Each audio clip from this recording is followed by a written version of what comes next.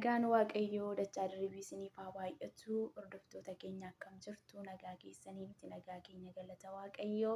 Egaa har'aa qubaa koo dhufeetan jira. Wanti ani yaadee dhufisi astuun na biran jirtu dhugaa dubbachuu fi mi'a fideen gaara irratti ergee qursii nyaachuuf jirra. Shaayii dhiyeesseen jira. Hundumayyuu nu dhiyeesseen jira wanta nyaachuu nu barbaachisu jechuudha. Achi maaliin godhaa astuu irratti garuu yoo naa milkaa'e egaa kan taasisu shaayitti mimixaan isheedhaan naqaa jechuudha. Dheengadda Firaankiin irratti hojjettee saamunaa bulbultee natti natte mimixaan itti naqaaf. Bishaanitti immoo soogiddan itti naqaaf jechuudha. Kanaafuu waan ishiin taatu immoo walumaan ilaalaa gabaan inni gochaa jiru. Amma mimixaa shaayittiin isheedhaan naqaa jechuudha. Nyaanni gaheeraa kottu'een sinuma bira taa'ee bilbilaaf jechuudha isheedha. Garuu nama zansiisti mimixaasa kananii shaayitti isheedhaan naqaa jechuudha. Sukkaara dhiiseenii mimixaa isheetti naqaaf jechuudha. Akka inni hin beekamnetti itti naqaaf jechuudha mimixaa. Gubatti dhugaa. Achiin booda immoo bishaanitti jechuudha. Bishaanitti soogiddan naqaaf. Laala kana muluun itti naqaaf. Innaa isa kanaan gubattee isa kana dhugdee ta'ee dubbiin dhugaa dubbachuu fi hin argitu. Waan ishiin taatu dhugaan hin beeku. Garuu yoo natti lottee yoo natti kaateessi adaraa keessan irratti hin dhiisinaa. Na amma kaameeraa koo dhofkadheetanii kana muluu asii kakkaaseen isheedhaa daawwalaa jechuudha. Kana asii kakkaasee dhoksee hunduma isaa dhokseetanii bishaan kanas nan sirreessa akkanatti ni mul'ata. Innaa ishiin dhuftutti daawwalaaf jechuudha. Sinuma bira taa'eetan kaameeraa koo nan dhofkadheessa kan dhofkadhu immoo isinitti agarsiisa jechuudha. Kunoo kaameeraa koo as jalan dhofkadhaa kana jalan kaawwadhaa jechuudha. Isinitti mul'ata yaada kana jalan kaawwadha kunoo wanni kana jalaa nan dhoksaa jechuudha. Egaa isheen asittiin argitu kaameeraa sinumayyuu hin mul'atu. Shaffaneetan jira wanta asirra jiru sanitti agarsiise sanaanii shaffanamee jira. Isheen hin agartu safaram kanayyuu hin shakkitu. Kanaafuu amma walumaan hin daawwallaaf kanasii kaaseen mi'a sanii tonkolii irratti hojjedhe dura kaasneetu hin daawwallaaf jechuudha.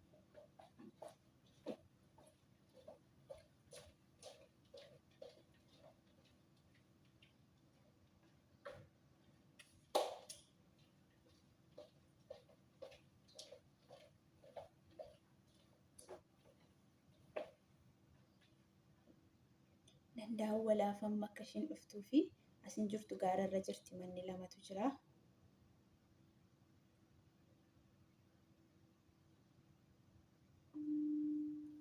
Daawwalaaf hin jira.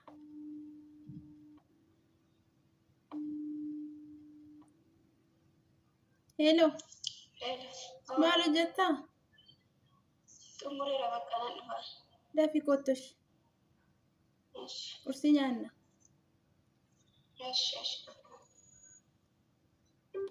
Amma isheen dhuftutti egaa na wajjin tura innaa isheen barriisaa qattee seentee ani immoo kaameeraa koo irra kaawwadheen ishee eegaa jechuudha. Na wajjin tura. Dhuftee jirti.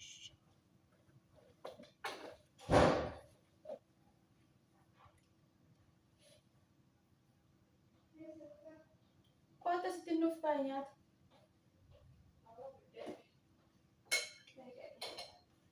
Kasi kamu nama yaada. Harga kee dhiqadhu kottu.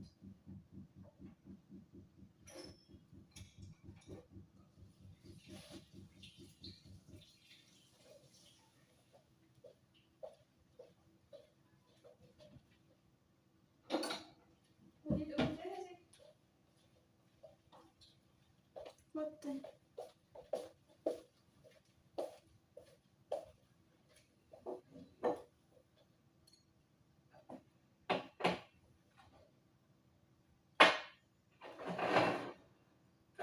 Nutsalli.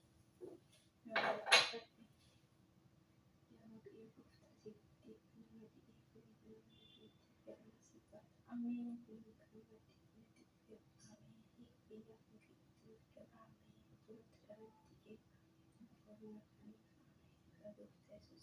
Amin.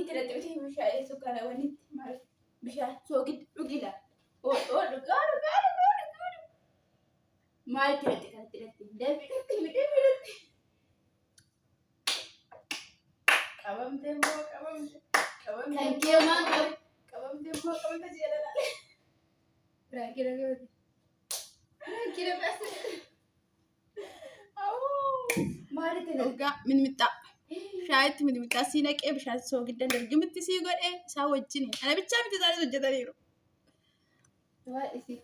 Ameen. Maaltu isinitti dhagahame? Barbaree nama gubu. Kursii isaatii kanaa si dhiyaachuu keetti maaltu sitti dhagahame? Waan sitti dhagahame dubbatadhu. Waaqayyo siif haarisu. Ameen na baadhisa. Ameen ameen. Mixmixaatti naannattee shaayi naa qopheessitee nagumnaan immoo soogiddaatti naannatte. Engadda ishii saamunaa zabalzaftee natti hin naqne. Saamunaan nyaattu beekumni nama guba qallaan nagumne waaqa hin mul'atu. Hin mul'atu. Shaayii dhufu fakkaata dhugaa dubbachuu fi isinitti mul'ata ta'e hin beeku. Shaayii dhufu fakkaata. Mixaatti dhaqee argitaniittu gaa soogidda immoo isa kanatti dirqimu. Walumaan na biraan gina taasistanii. Isaanis arganiiru itti agarsiisan malee too dhoksaa ta'ee gaa mul'atu qaba wanti isaa. Mee maaltu sitti dhagahame? Qallaan nagumne waaqa garuu maanni shaayiin itti wuxaamee geeddarate moo jedhani deddeebi'ee naan huladhu nama guba. Garuu dursitee naa hulattu nayin ture. Maaliif ifi alaawaa tokko jetti jelaa ta'ee nayin ture. Garuu maaliif immoo burcuqqoo isa kanatti kennee fi burcuqqoon inni kun akka isa kanaan beeksisu bishaan maaltu akka itti nam'ee jechuudha. Indaalachaa. Isa kanatti otoo nam'eeti soogidda akka ta'e hin beeksisan indaalachaa jechuudha. Beekan burcuqqoo qeexariif. Naa milkaa'eera. Naa milkaa'eera garuu. Na guggubdeetta. Si milkaa'eera. Hin argine dhugaa. Hin argine. Naagaa hordoftoota keenyaa Iyyaannisi har'aa piraankiin hojjedhe naa milkaa'eera. Egaa sheerii, sabskiraaybii, laayikii godhaan jajjabeessaa nu bukkee dhaabbadhaa. Warri bukkee jirtanis immoo gooftaan sinaa eebbisuu eebbifamaa. Astuu baqqaa har'a dhiisa. Ishiin immoo maal akka yaaddee naaf dhuftu ani hin beeku. Homaa dhiisee piraankiin irratti nu jedhu. Nagaa gaafadhu. Nagaa waaqayyo isiniif haa baay'atu bakka baala isin keessa jirtanitti hordoftoota keenya akkam jirtu nagaa keessanii nuti nagaa keenya waaqayyoof galannaa ta'u har'a kiyyaadhaan milkaa'eera barbaree bilbixaa raafeera soogiddarraa safeeraa galata waaqayyoo. Warreen maatii keenya taatanii nu jajjabeessaa jirtan waaqayyo isin haa eebbisu. Warreen maatii keenya hin taane immoo sabiskiraayib gochuudhaan maatii nuu ta'a isiniin jennee jaalalaaf kabajaa isin gaafannaani. Nagaan nuu ta'a. Amma viidiyoo biraatiin walitti deebinee wal arginutti nagaan nuu tura isiniin jedha. Xaqqasaan kun waa baay'ee baattee dhufti ta'uun didoo gaa'ii nu binubsee eegaan. Mixmixaa fi soogidda caala natti fakkaatu isaanillee natti hin deebitu. Gurgurdee tasciistaa Ciao nagaan nuu ta'a baay'ee isin jaalanna dhugaa. Ciao. Amma naageen.